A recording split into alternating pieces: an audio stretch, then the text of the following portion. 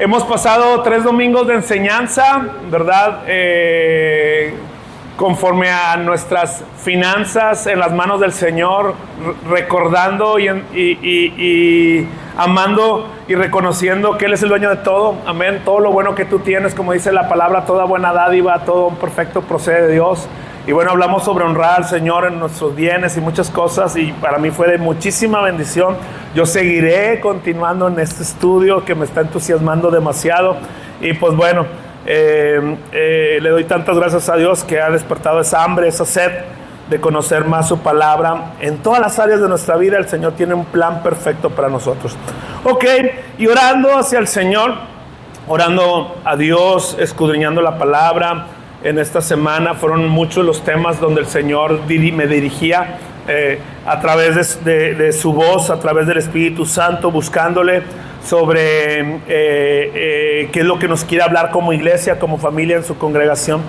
Y me di cuenta a través de algunos pasajes como Primera de Reyes 19, como Éxodo 3, como Jonás, de hombres que tenían su vida entregada a Dios y conocían a Dios y habían hecho grandes obras en el poder de Dios. Dios había manifestado con grandes milagros en su vida, y aún así ellos padecían en sus vidas temores, angustias y ansiedades. Temores, angustias y ansiedades. ¿Te has sentido con temor alguna vez? ¿O hay un Juan sin miedo por aquí?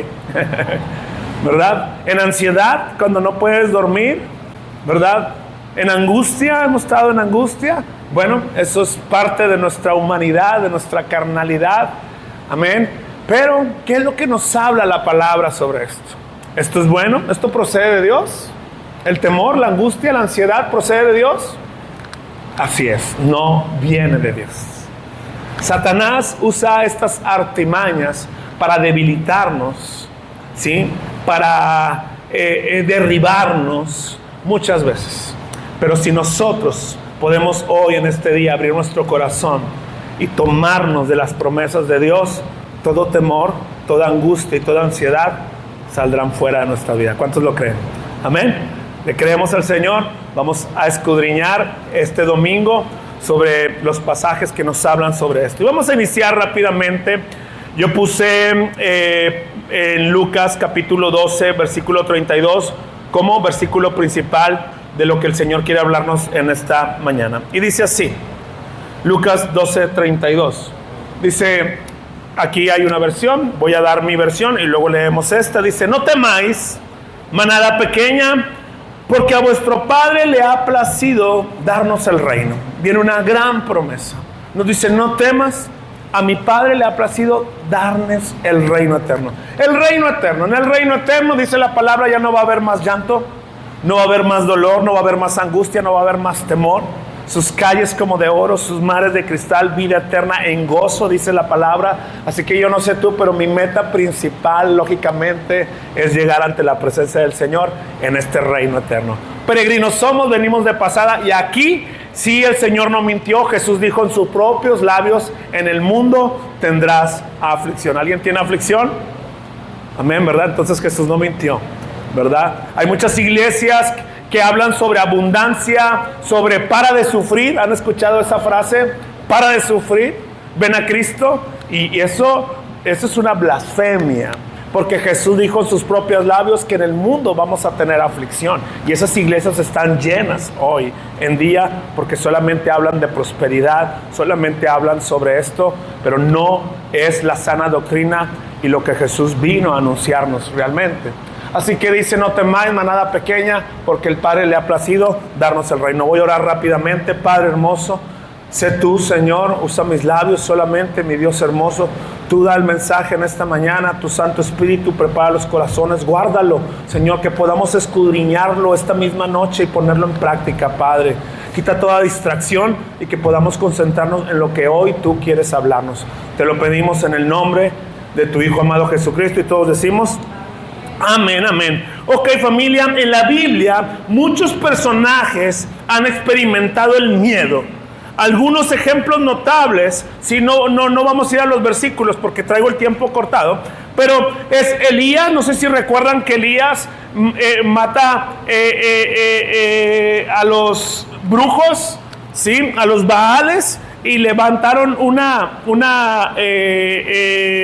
altar, ¿verdad? Hicieron danzas, hicieron sacrificios, esos brujos derramaron su sangre ante ese altar. ¿Y qué pasó? No pasó absolutamente nada, ¿verdad? Pero en el altar de Elías, recordemos la historia, cuando le dicen llenen de agua, y todavía llenaron de agua el altar de Elías, y en eso dice que vino un gran fuego, que los mismos que estaban alrededor de ese altar, que eran esos brujos, fueron quemados, incendiados, ¿verdad? Y esa gran prueba había dado Dios en el corazón de Elías.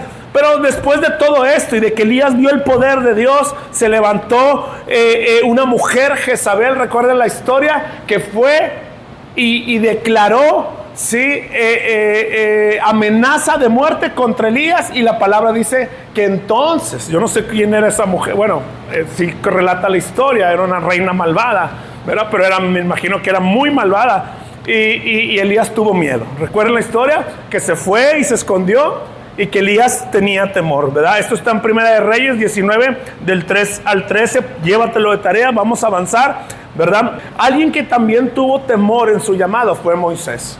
Recordemos la historia, que cuando Dios le llama en esa zarza encendida, Él le dice, es necesario que tú liberes a mi pueblo de la opresión de Egipto. Y Moisés, dice la palabra, que tuvo temor y dijo, yo, Señor, que soy tardo de lengua. Y hubo temor en su vida, hubo temor en su vida.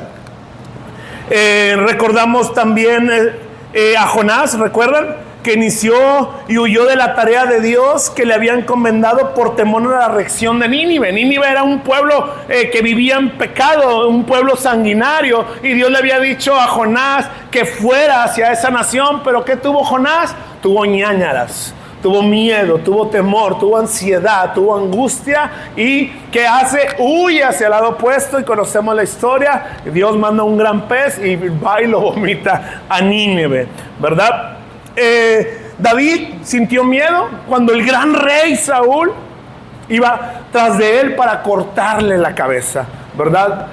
La palabra dice que Saúl era grande. Recuerden cuando se puso la armadura a David de Saúl para ir ante Goliat, y pues dice, esto me queda muy grande, imagínense. Y Saúl con todo su imperio y sus guerreros yendo tras el pequeño David, ¿verdad? ¿Tú crees que David no tuvo temor, no tuvo angustia? Lo tuvo realmente, vino temor a su vida. Incluso otros personajes, recordemos desde el Génesis, por ejemplo, Adán y Eva, después que desobedecieron a Dios, dice la Biblia que tuvieron temor. Sus cuerpos eran desnudos, corrieron a taparse sus cuerpos y tuvieron temor. Vemos desde el primer libro de la Biblia, ¿sí?, cómo el temor ha inundado la vida del hombre a través de las acechanzas de Satanás. En Números capítulo 13 vemos cómo los espías que fueron enviados a Canaán, ¿se acuerdan? ¿Qué vieron ellos en Canaán? Vieron a gigantes, ¿no? Y llegaron asustados con gran temor, diciendo que no iban a poder combatir contra ese pueblo. Y llegaron asustados, tuvieron temor. Solamente 2 fueron los que se levantaron en valentía para animar al pueblo. Entonces el Señor les dio la victoria. Recordemos otra historia que puse, que hay muchas historias, puse solamente 7, ya saben que a mí me gusta el número, pero Jacob, ¿recuerdan que le ganó la primogenitura a su hermano Esaú? ¿Verdad? Y después de tantos años tenían que tener un encuentro. Él fue valiente, el Señor le había dicho, y va ante el reinado de Esaú, ¿verdad? Y después de que le había quitado la bendición de su padre, pero tuvo temor, dice la palabra, pero lo enfrentó. Amén. 5 veces le dijo el Señor a Josué, esfuérzate y sé valiente. Esfuérzate y sé muy, muy valiente. ¿Sí?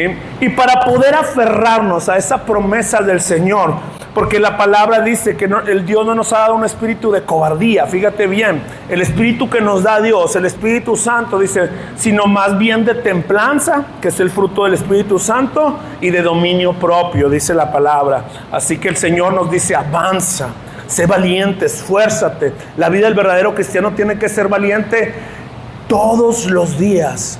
y reconocer que militamos y que tenemos a alguien en contra. A veces le echamos mucha culpa a Satanás, pero tenemos que entender que nuestra mayor lucha es con nosotros mismos todos los días, con la lucha del pecado. Tenemos que tener temor de nosotros mismos, de nuestros propios pensamientos, ¿verdad? En nuestros pensamientos cruzan tantas cosas, iras, contiendas, envidias, muchísimas cosas. Pero también hay alguien que se ha levantado contra los hijos del Señor. Cuando usted avanza en el reino, cuando usted está predicando la palabra, cuando usted hace su mayor esfuerzo por ganar una alma, ¿sí? Algo pasa sorprendentemente. Su cara, su rostro aparece en el reino de las tinieblas y dice warning. Dice, este hombre es peligroso para el reino de las tinieblas, ¿sí?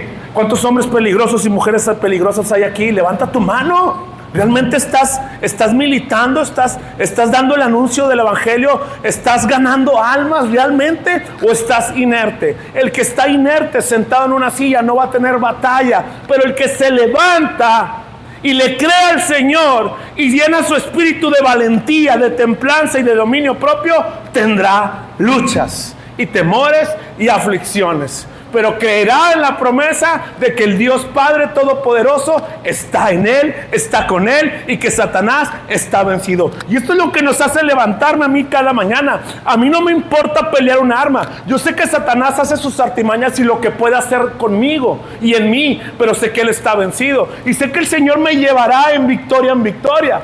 Lógicamente sentiré todos los ataques del enemigo, estaré siempre en ataque porque siempre estaré activado para multiplicar el reino de nuestro Señor Jesucristo, el reino de Dios. Cada día, en todo lo que hago, en donde quiera que estoy, en mi trabajo, gloria a Dios por la vida de Andrés y su esposa que hoy están aquí. Que ahí se abrió la oportunidad, abrir y compartir la palabra de Dios. Y hoy ellos están aquí, pero el enemigo está enojado de que ellos estén aquí hoy.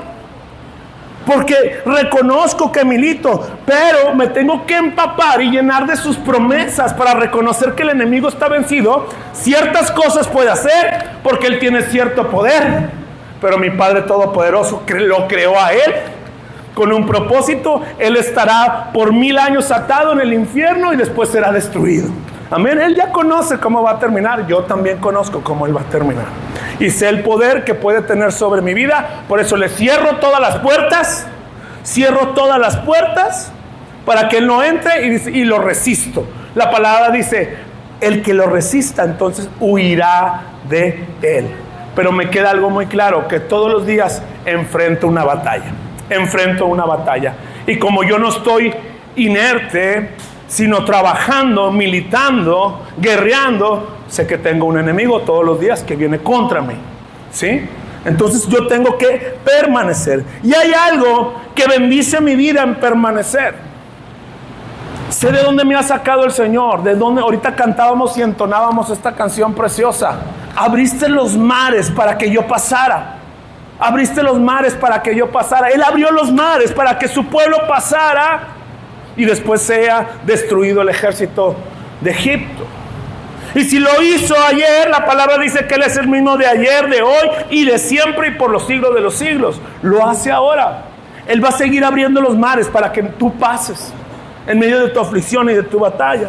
Pero saben, hoy el temor está apedrando los corazones y los pensamientos del mundo, pero también de los cristianos que no están firmes en el Señor.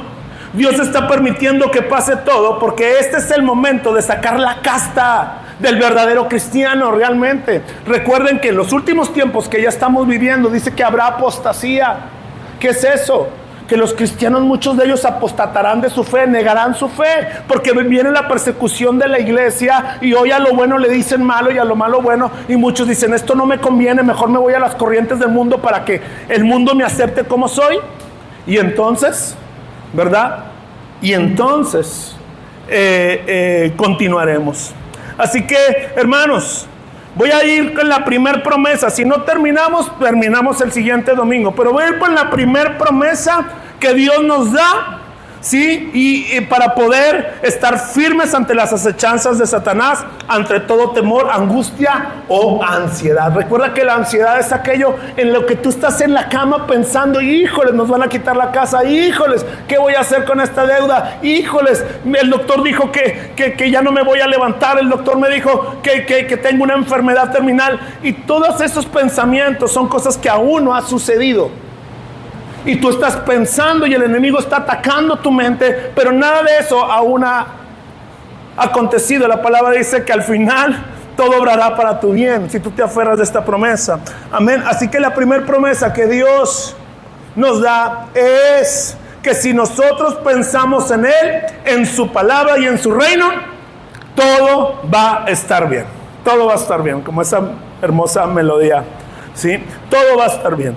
Si pensamos en Él, en su palabra y en su reino, todo va a estar bien. ¿Qué pasa cuando tengo ansiedad? ¿Sí a dónde ir? ¿A dónde correr? Voy directo, bajo a mi cocina, no me importa que sean las 2, las 3 de la mañana.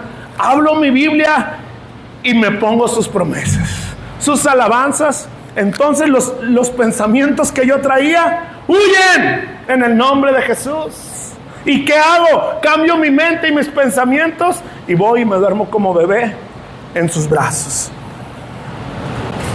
Así que, hermanos, el temor empieza en nuestros pensamientos. Lo que yo hoy estoy pensando, ¿realmente está ocurriendo?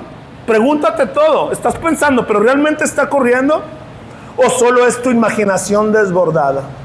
Pablo nos recuerda, ¿sí?, que nuestra mente siempre tiene que estar las promesas de Dios. Y no lo digo yo. Vamos a Filipenses 4, versículo 8 y 9. Fíjate muy bien. El apóstol Pablo nos habla a través del Espíritu Santo de Dios en lo que tenemos que pensar, dónde tiene que estar nuestra mente todos los días, no darle lugar al diablo en nuestros pensamientos, porque de ahí, ¿sí?, se crea toda maldad. Y dice así: por lo tanto, hermanos, todo lo que es verdadero, todo lo que es honesto, todo lo que es justo, todo lo que es puro, todo lo amable, todo lo que es de buen nombre, si hay virtud alguna, si algo digno de alabanza, en esto pensar. Lo que aprendiste y recibiste y oíste y vistes en mí, esto haced, y el Dios de paz estará con vosotros. Fíjate muy bien, nuestra mente tiene que pensar en todo lo bueno, en todo lo honesto, en todo lo verdadero, en todo lo justo, en todo lo puro, en todo lo amable, en todo lo que es buen nombre. En esas cosas son las que el Señor nos manda a pensar. Y para poder pensar en esto, necesitamos recibir. Cuidado con lo que tus ojos ven, con quién te juntas, con las amistades que te juntas, lo que ves, lo que escuchas, lo que haces. Si usted tiene buenas amistades que lo llenen de la palabra, que lo lleven a buscar a Dios, que lo lleven a dar más aprendizaje, a estudiar la Biblia juntos, entonces sus pensamientos van a empezar a cambiar.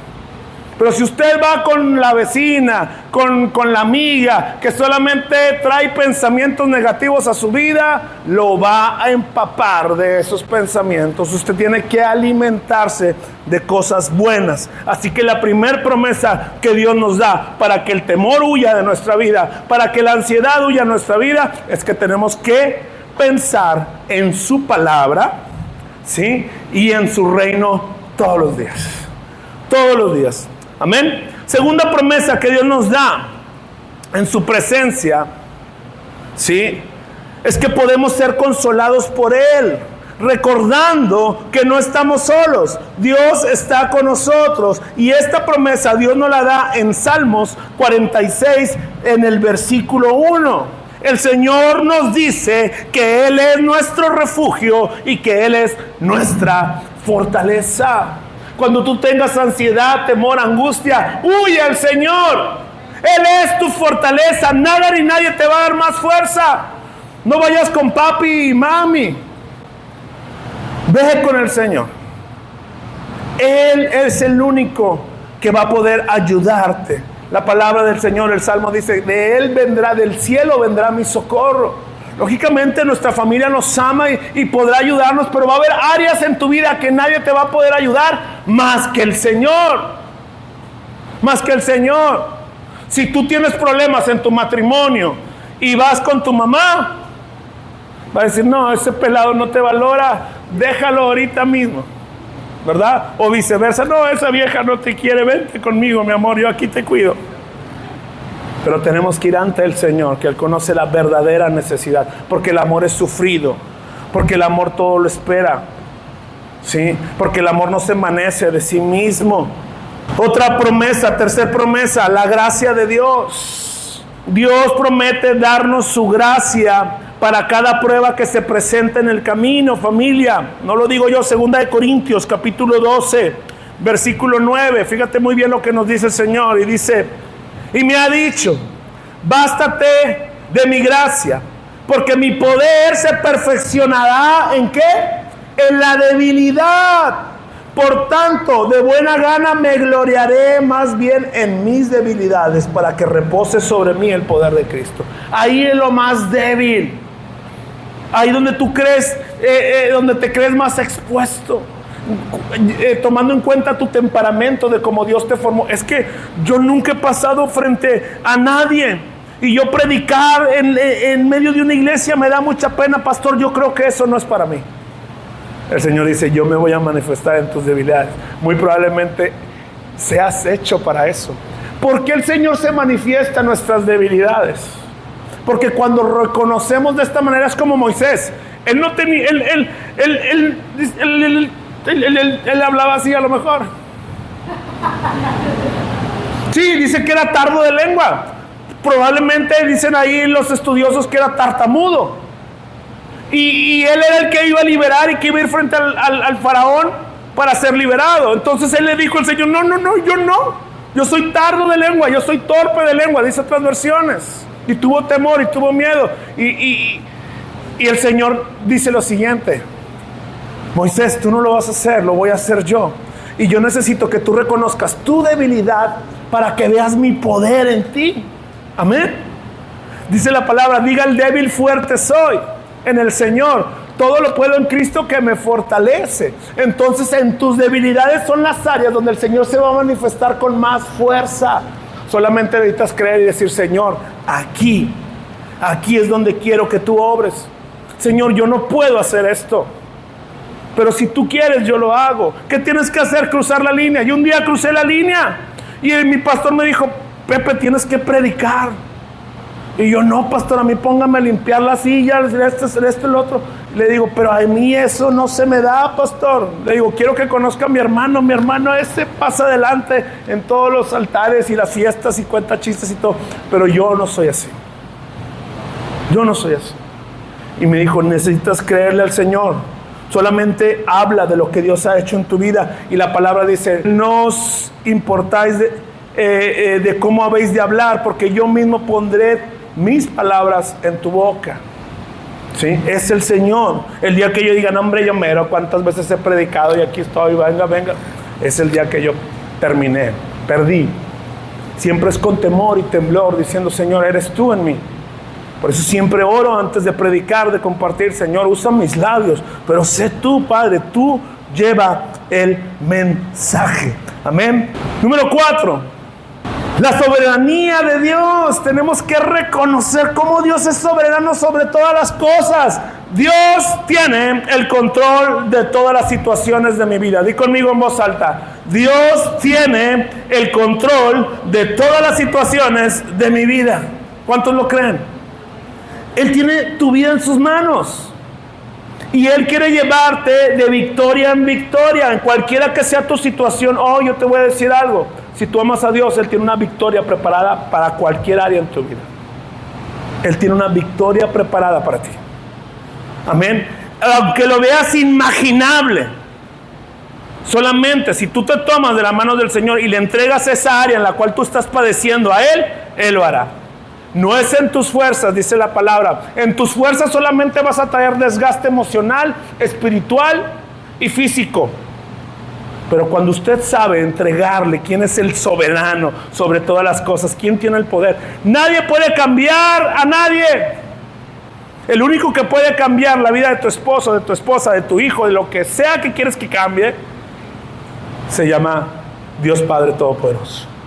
Él puede transformar a una persona en un instante. Él puede cambiar una opinión en un instante. Él puede cambiar cualquier circunstancia en un instante. ¿Cuántos lo creen? Amén. Así que tenemos que reconocer la soberanía de Dios. Jeremías 29, versículo 11 dice: porque yo sé muy bien los planes que tengo para ustedes. Aférrate de esta promesa. Afirma el Señor, dice Jeremías. Planes de bienestar y no de calamidad, a fin de darles un futuro y una esperanza. Esos son los planes que tiene para nosotros. Pero muchas veces no lo creemos. Estamos dando vueltas en la cama porque creemos que los planes de Dios, que Dios ya se fue, que Dios ya se olvidó de nosotros. ¿Y qué pensamos? Pensamos en los planes de Satanás en nuestra vida. No, hombre, valiendo queso. Señor, ¿cómo te has olvidado de mí? Mira, si el domingo estuve en la iglesia, mira aquí estoy, y mira esto, y mira el otro. Y empiezas a ver, mira cómo Satanás me trae. Y el Señor no quiere que pensemos así. La actitud es algo que tú y yo podemos cambiar todos los días. Amén. Todos los días, familia hermosa. Así que está en el 4. Porque yo sé los pensamientos que tengo acerca de vosotros, dice el Señor, pensamientos de paz y no de mal, para darlos el fin que esperas. Amén. En este cuarto mensaje nos vamos a quedar en una grabación que estamos en YouTube. Gracias por seguirnos en este canal, empezando este proyecto. Así que pues comparte, danos like, por favor, y te invitamos al próximo capítulo, al próximo mensaje de Dios para tu vida. Dios te bendiga. Amén.